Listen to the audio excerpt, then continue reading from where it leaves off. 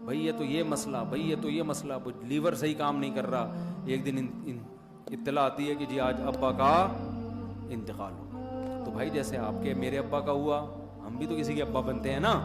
تو کل ہمارا بھی کیا ہوگا؟ ہماری اولادیں کہیں گی آج ابا کا بی پی ہائی ہے، آج ابا کو شوگر زیادہ ہو گئی ہے، ابھی شوگر ٹھیک نہیں ہوگی، کڈنی کا مسئلہ کھڑا ہو جائے گا. یہ ایک ایک مسئلہ جو آئے گا نا قرآن کے مطابق، یہ ہر چیز نذیر ہے. ہم تو اس کو میڈیکلی ایک پرابلم دیکھ کے دوائیوں میں لگ جاتے ہیں.